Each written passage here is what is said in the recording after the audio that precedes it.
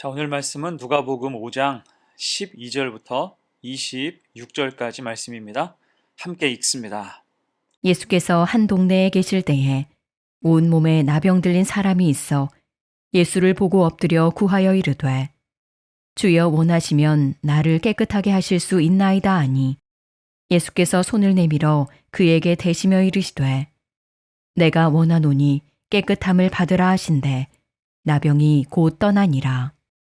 예수께서 그를 경고하시되 아무에게도 이르지 말고 가서 제사장에게 내 몸을 보이고 또 내가 깨끗하게 됨으로 인하여 모세가 명한 대로 예물을 드려 그들에게 입증하라 하셨더니 예수의 소문이 더욱 퍼짐에 수많은 무리가 말씀도 듣고 자기 병도 고침을 받고자 하여 모여오되 예수는 물러가사 한적한 곳에서 기도하시니라. 하루는 가르치실 때에 갈릴리의 각 마을과 유대와 예루살렘에서 온 바리새인과 율법 교사들이 앉았는데 병을 고치는 주의 능력이 예수와 함께하더라. 한 중풍병자를 사람들이 침상에 메고 와서 예수 앞에 들여놓고자 하였으나 무리 때문에 메고 들어갈 길을 얻지 못한지라. 지붕에 올라가 기와를 벗기고 병자를 침상째 무리 가운데로 예수 앞에 달아내리니 예수께서 그들의 믿음을 보시고 이르시되 이 사람아 내 죄사함을 받았느니라 하시니 서기관과 바리새인들이 생각하여 이르되 이 신성모독하는 자가 누구냐 오직 하나님 외에 누가 능히 죄를 사하겠느냐.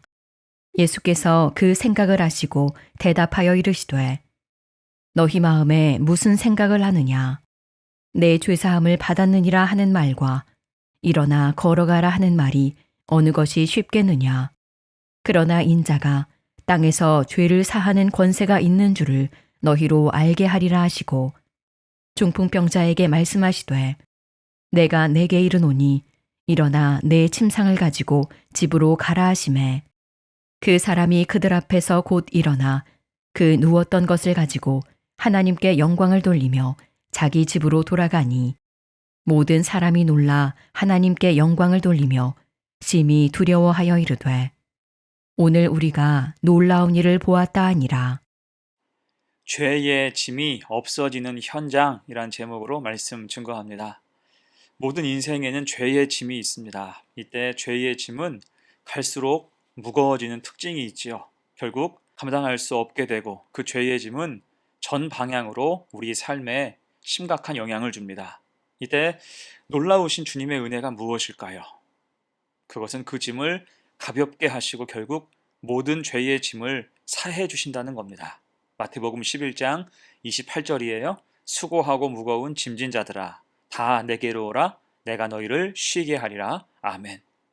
그 죄의 문제, 죄의 짐의 문제는 주님께서 감당하신다는 겁니다.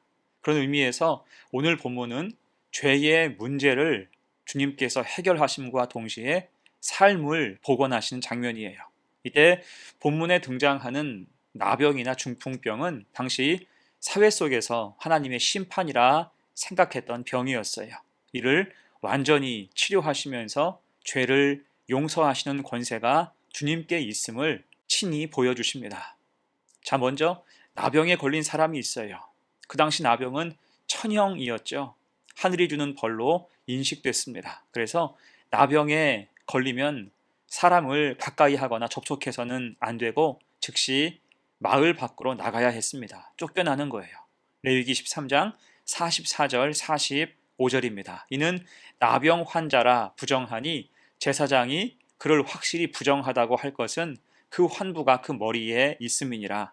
나병 환자는 옷을 찢고 머리를 풀며 윗입술을 가리고 외치기를 부정하다 부정하다 할 것이요 병 있는 날 동안은 늘 부정할 것이라. 그가 부정한즉 혼자 살되 진영 밖에서 살찌니라. 자, 그런 나병에 걸린 사람이 오늘 주님께 나아옵니다. 이 사람으로는 큰 용기를 낸 것입니다. 아마도 오는 길에 정체를 숨기고자 했지만 숨겨진다고 숨겨질 수 없어서 사람들의 손가락질과 혹은 고함 소리를 들었을 것입니다. 자칫 돌이 날아올 수도 있었어요. 그렇게 어렵게 주님께 나와서 부르짖죠. 주여 원하시면 나를 깨끗하게 하실 수 있나이다. 이에 주님은 율법의 규정을 넘어서서 즉시 그를 치료하십니다. 13절이에요. 예수께서 손을 내밀어 그에게 대시며 이르시되 내가 원하노니 깨끗함을 받으라 하신대 나병이 곧 떠나니라. 아멘. 이때 특별한 것은 사실 주님은 말씀만으로도 그 질병을 고치실 수 있었지만 그렇게 하지 않으셨다는 거예요. 대신 손을 내밀어 그에게 대시며 선포하셨죠. 이렇게 하시는 것은 지금 주님이 원하시는 게 단순한 육체적인 치유만은 아니었기 때문입니다. 그 당시 나병 환자가 겪는 고통은 질병 자체가 주는 육체적인 고통과 함께 하나님과 사람에게 버림받았다는 심적인 고통이 더 컸습니다. 나병으로 인해서 가족을 떠나 마을 밖에서 홀로 생활해야 했고 하나님께 저주받았다는 손가락질을 당해야 했습니다. 이것은 육체의 고통보다 더욱 큰 상처이고 아픔이었겠죠. 이에 주님은 그를 만지시며 회복을 선언하셨어요.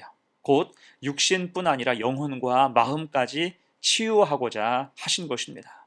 자, 그렇게 될 때 지금 나병 환자의 질병은 더 이상 죄의 결과가 아니라 오히려 하나님의 은혜를 경험하고 영적을 회복을 이루는 통로가 되었습니다. 그래서 여러분, 우리 인생에 찾아오는 모든 것, 심지어 고난과 환난도 믿음의 관점에서 볼 때 하나님과의 관계를 회복하고 우리의 죄짐을 친히 지어주시는 주님을 만나게 되는 도구가 됨을 기억하기를 축복합니다. 자, 그리고 이어서 주님은 중풍병자를 만나고 고쳐주시죠. 17절로 19절 말씀입니다. 하루는 가르치실 때에 갈릴리의 각 마을과 유대와 예루살렘에서 온 바리새인과 율법 교사들이 앉았는데 병을 고치는 주의 능력이 예수와 함께 하더라. 한 중풍병자를 사람들이 침상에 메고 와서 예수 앞에 들여놓고자 하였으나 무리 때문에 메고 들어갈 길을 얻지 못한지라. 지붕에 올라가 기와를 벗기고 병자를 침상째 무리 가운데로 예수 앞에 달아 내리니.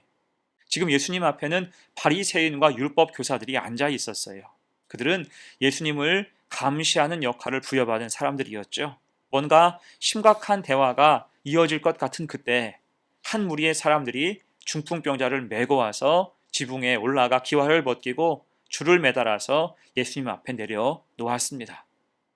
이때 그들의 급한 마음은 이해가 되지만 이 일은 굉장히 즉흥적이고 무례한 행동이었습니다. 아무리 집의 구조가 지붕을 열기 좋은 구조라고 해도 그게 깨끗하게 열릴 리가 없겠죠. 온갖 부산물들이 예수님 계신 집 안으로 떨어지고 먼지가 가득했을 것입니다.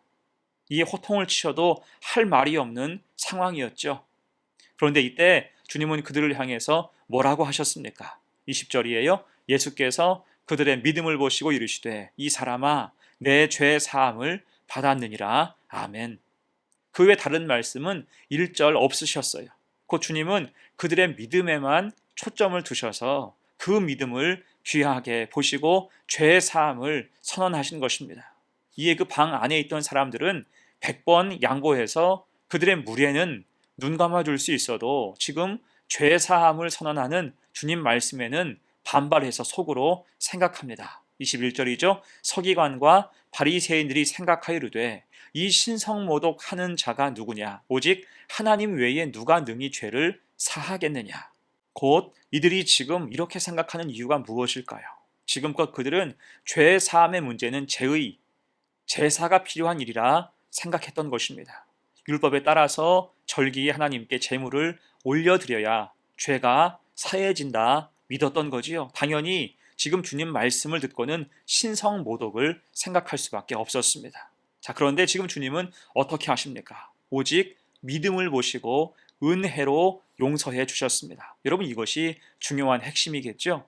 곧 죄를 사하시는 권세는 어떤 행위로 인해서 나오는 게 아니라 오직 믿음을 보시고 믿음을 통해서 나온다고 할 수가 있는 것입니다. 그래서 주님은 속으로 악한 생각을 하고 있는 바리새인과 서기관을 꾸짖으시면서 24절 이하로 말씀하시며 이 일을 마무리하십니다. 24절로 26절의 말씀이에요. 그러나 인자가 땅에서 죄를 사하는 권세가 있는 줄을 너희로 알게 하리라 하시고 중풍병자에게 말씀하시되 내가 내게 이르노니 일어나 내 침상을 가지고 집으로 가라 하심에 그 사람이 그들 앞에서 곧 일어나 그 누웠던 것을 가지고 하나님께 영광을 돌리며 자기 집으로 돌아가니 모든 사람이 놀라 하나님께 영광을 돌리며 심히 두려워하여 이르되 오늘 우리가 놀라운 일을 보았다 하니라. 아멘. 곧 주님이 죄를 용서하실 때 질병은 치유됐고 침상에 매달려서 주님께 나온 중풍병자는 자기 자리를 스스로 걷고 걸어서 집으로 돌아가게 된 것입니다. 어떻습니까? 주님께 죄를 사하는 권세 또한 사람을 살리는 생명의 권세가 있다는 거예요. 자, 그래서 여러분, 우리 인생에 짐이 되는 여러 문제들, 특히 죄의 문제는 오직 주님만이 감당하실 수 있음을 기억하시기를 축복합니다. 이때 다만 우리가 할 일은 그 상황을 통해 오늘 나병 환자와 중풍병자처럼 믿음으로 주님께 나아가야 한다는 거예요. 믿음의 눈으로 나의 삶과 어려움을 바라보며 주님을 의지할 때 그 문제는 어떤 죄로 인한 결과가 아니라 주님의 용서와 은혜가 임하는 통로가 될 수 있기 때문입니다. 그래서 진실한 믿음으로 수고하고 무거운 짐을 주님께 내어드릴 때 모든 죄의 짐은 사라지고 은혜의 역사가 펼쳐지는 복된 성도의 삶이 되시기를 간절히 축원합니다. 아멘. 함께 기도합니다. 은혜로우신 주님, 죄의 짐을 지고 가는 인생 가운데 수고하고 짐진 우리를 향해 구원의 손길, 십자가의 은혜를 허락해 주시니 감사합니다. 죄를 사하는 권세가 주님께 있음을 믿습니다. 이에 우리는 오늘 말씀 나병 환자와 중풍병자처럼 처한 현실 가운데 주님께 오직 믿음으로 나아가게 하옵소서. 그 믿음 보시고 죄에서 자유를 주시고 삶을 회복하시는 주님의 권능을 체험하게 하옵소서. 감사드리며 예수님의 이름으로 기도합니다. 아멘.